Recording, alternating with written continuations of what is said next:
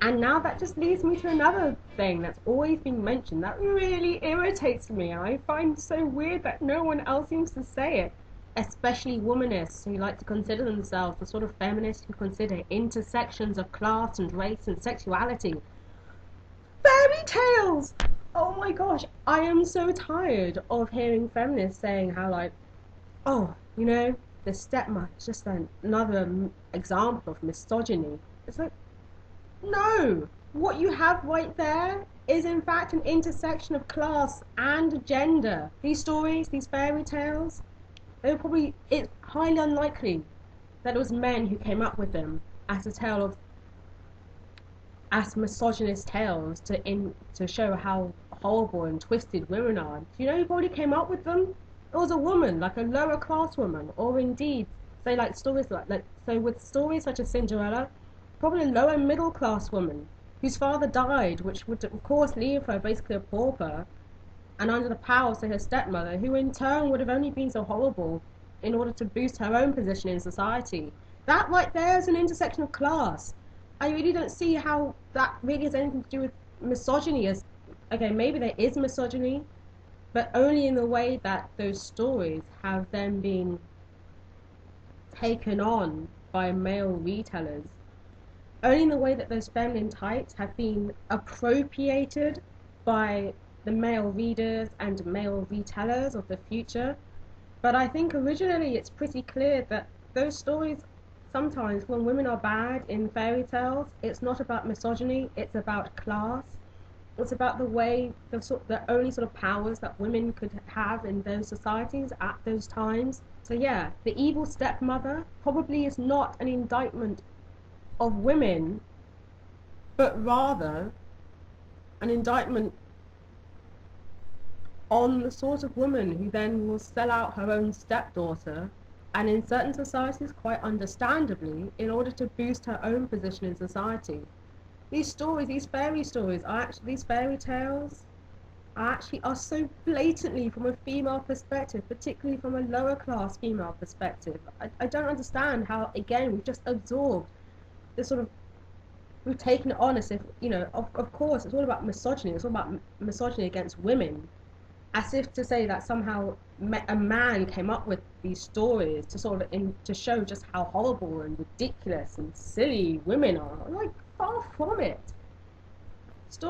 These stories were probably invented by people like my mother, say, who after she was born, her father died, and this being Nigeria in like the early mid-60s, well, really didn't leave her in much position, even with her mother, so she essentially had to become a servant to other richer women in order to get by.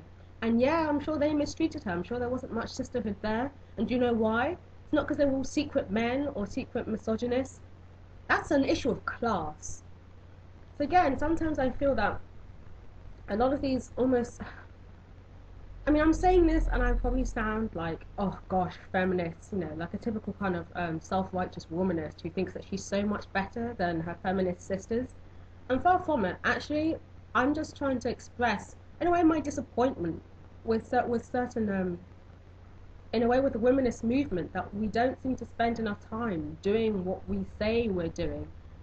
Sometimes we do have to deconstruct the feminist sort of narratives, just because of the fact that some feminists, and this is only some feminists, they might be so intent on discussing the roles of gender and misogyny and misandry and all of that stuff, that they might actually forget that there is sometimes is an intersection with other issues which actually which are completely separate and only have anything in common when they come in intersection.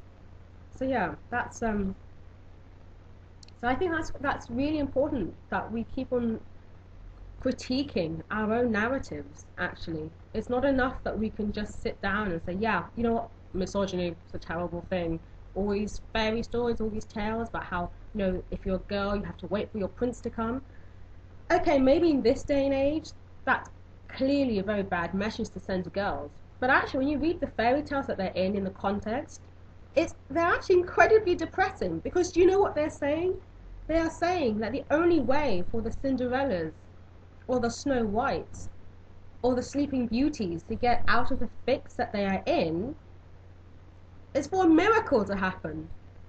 That's actually incredibly depressing. That is an incredibly depressing and indeed quite realistic view that these anonymous women who created these stories are actually showing of their society. That's what they're giving us. That's their critique of these fairy tales are not sort of don't have to always be read as stories that are giving us bad examples of how women should behave or whatever. Sometimes these stories are actually critiques of the society in which they were produced. So the fact that a prince has to come down and wake you up from your sleep or rescue you or marry you in order for you to get out of the horrible fix you are, that's, if you read it in the context of the societies that those stories were first told in, that's basically saying that the society at the time was so screwed in terms of what a woman could do and how she could get out of the mess she was in, that the only way she could really expect to get out of it was for a miracle to happen. Because there's no way a commoner would marry a prince. You know, more likely you were just going to be his main squeeze, his little concubine on the side. Okay. As cool as it is to be all cynical about them, sometimes these stories they're worth respecting because they probably came from women like us, women who might, okay, maybe you certainly couldn't call feminists, but you probably were looking around at the society they were in and thinking, you know what, something's a bit screwy here.